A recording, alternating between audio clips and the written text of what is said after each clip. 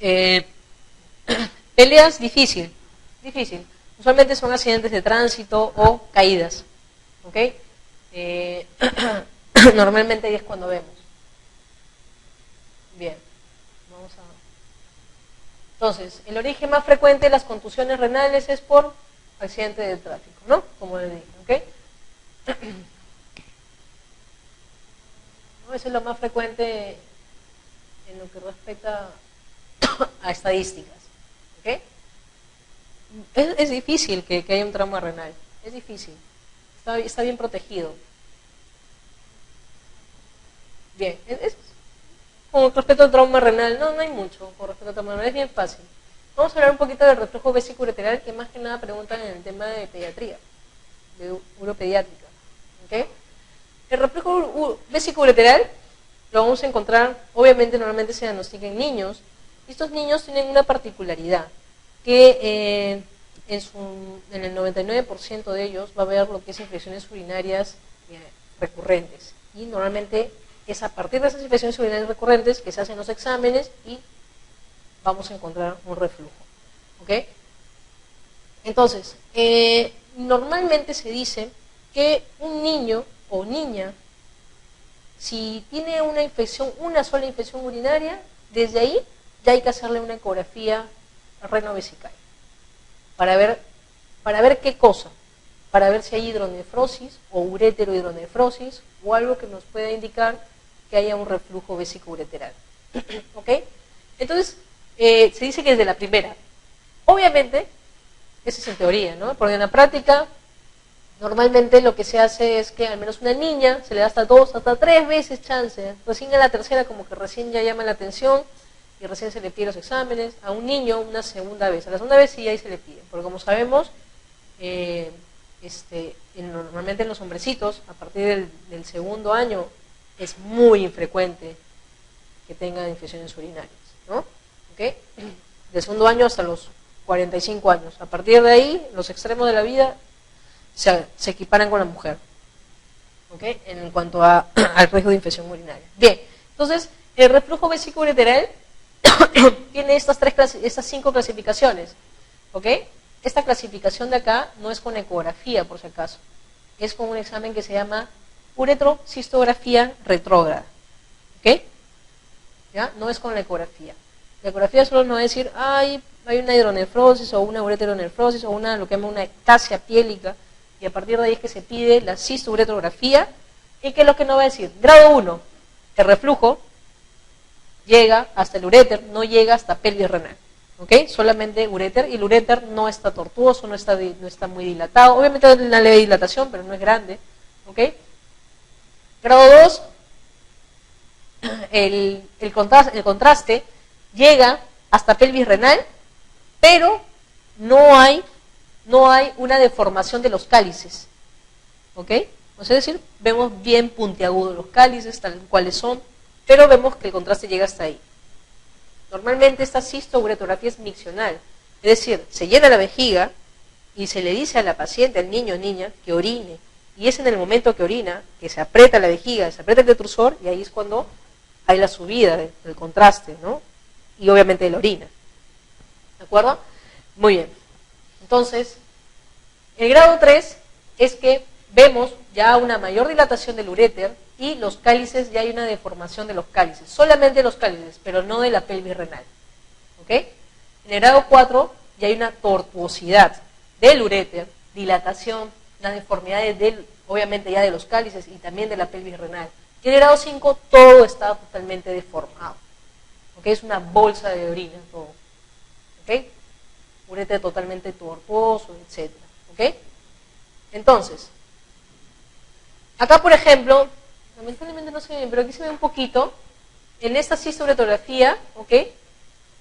Se ve una leve salida del contraste, no está muy buena, pero bueno, lo que quería explicar es eso. Por ejemplo, este es un grado 1. ¿Y este qué grado le dan? 4, yo le doy un 4. Los grados son bastante subjetivos, ¿no? No es que hay una medición de tantos milímetros, no, más bien es grado muy subjetivo, pero ese es un 4. Ese es un cuadro porque, miren, está deformada la pelvis renal, está dilatado el uréter, de hecho un poquito más y seguramente unos meses ya estaría totalmente tortuoso. No encontré una buena foto de tortuosidad, pero se ve realmente así, tal cual, como está pintado ahí, así se ve, un uréter totalmente tortuoso. ¿Ok? Bien, entonces como les dije, la principal manifestación clínica es una citus a repetición. No hay otra, no es que ay, me duele esto, me duele acá, no, itu, simple itu, así nada más. Normalmente hasta pielonefritis, o sea, vienen con fiebre, normalmente son hospitalizados, sobre todo cuando es un grado mayor, ¿no? Normalmente cuando es un grado 1, itus. ¿Cuál es el tratamiento? Eso hay un poquito de controversia, pero en lo que es el 1, el 2 y hasta el 3, es un tratamiento conservador. Es decir, al paciente se lo observa, se le hace ecografías repetidas, obviamente se le da profilaxis antibiótica, ¿ok? Para evitar las infecciones urinarias, etc. Grado 4, grado 5, se opera. Normalmente se le hace un reimplante ureteral, ¿ok? ¿Ya? Un reimplante ureteral. Ahora, hay una nueva modalidad que es hacer una inyección de una sustancia tipo goma líquida, por decirlo así, que este es el meato, y uno con una aguja inyecta debajo del meato, cosa que abomba y cierra el meato. Entonces con eso se disminuye el reflujo. Normalmente eso se utiliza en el grado 2, 3. 4, 5 ya difícil. Algunos intentan con grado 4 a ver cómo van, por lo menos para que disminuyan las infecciones urinarias, ¿ok? Y ver si van bien. Sobre todo si son niños menores de 5 años. Cuando son niños mayores de 5 años se detecta reflujo, ¿ok? Se les opera, ¿ok? Pero digamos que el 3 es el comodín. El 3 es que unos se lanzan y hacen el reimplante, otros prefieren mirar, otros dicen, a ver, vamos a hacerle la inyección de la sustancia, le digo esa sustancia, perdón, para disminuir el calibre del meato ureteral, ¿ya? Pero lo que es 4 y 5, eso sí va a hacerlo a cirugía, ¿ya? Y el 1, 2 normalmente se observa, ¿ok? Porque no necesariamente, eso pasa a veces, mientras va creciendo el niño o niña, ¿ok? Bien, ¿cuál es el método de imagen que emplearía en el diagnóstico de flujo vesículo uretral? Ya lo dije, ¿no? La cisto-uretrografía miccional, ¿no? Tiene que hacerse la orinar al niño o niña. Si no se le hace orinar, no se va a ver el reflujo, ¿ok? No se lo va a ver en toda su extensión, por lo menos, ¿no? Porque sí puede ser que suba un poco, pero no se va a ver en toda su extensión, ¿ok? La ecografía, como les dije, solo sirve de un instante para ver si es que hay dilatación, algo que nos indique que hay algún problema. Aún así, no haya dilatación, igual se le hace la cisto-uretrografía, porque como les dije, puede ser un reflujo 1, y en la ecografía está todo ok. ¿Ok? Bien. Con respecto al trauma uretral, que es una emergencia urológica, ¿ok? El trauma uretral, vamos a dividir la uretra.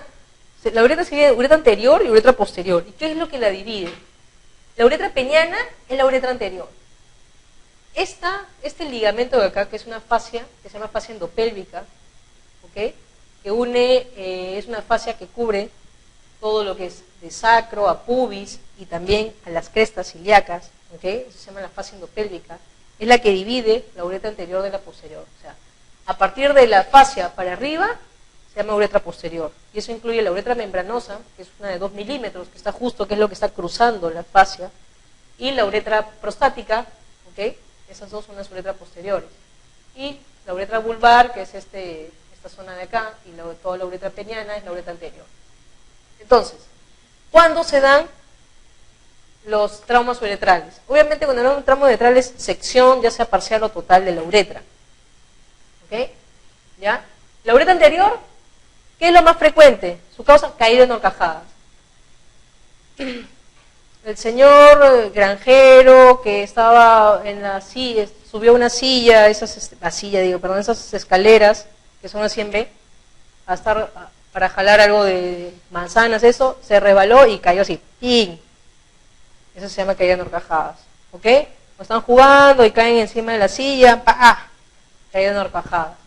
¿Qué cosa es lo que fractura? La uretra anterior, ¿ok? ¿De acuerdo?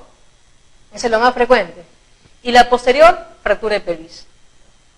Fractura de pelvis, ¿por qué? Porque como les dije, esta fascia une pubis, espinas y sacro, cuando hay una fractura de pélvica o de cadera, se mueve, jala esta fascia endopélvica y la fascia endopélvica misma guillotina la uretra membranosa, ¿ok?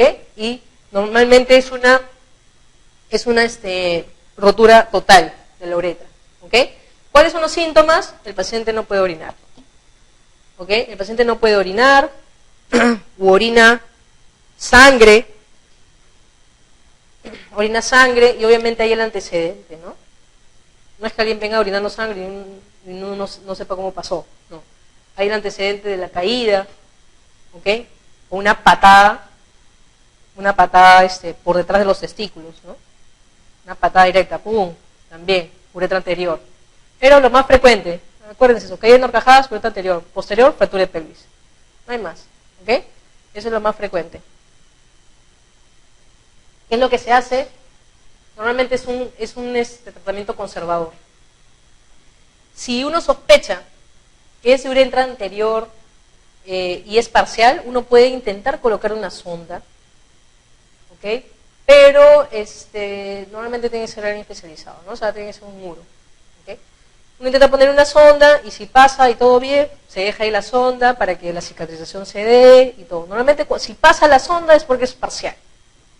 Ahora, si uno pone mal la sonda y era parcial, puede ser total, ¿ok? Entonces, de cierta forma uno se la juega.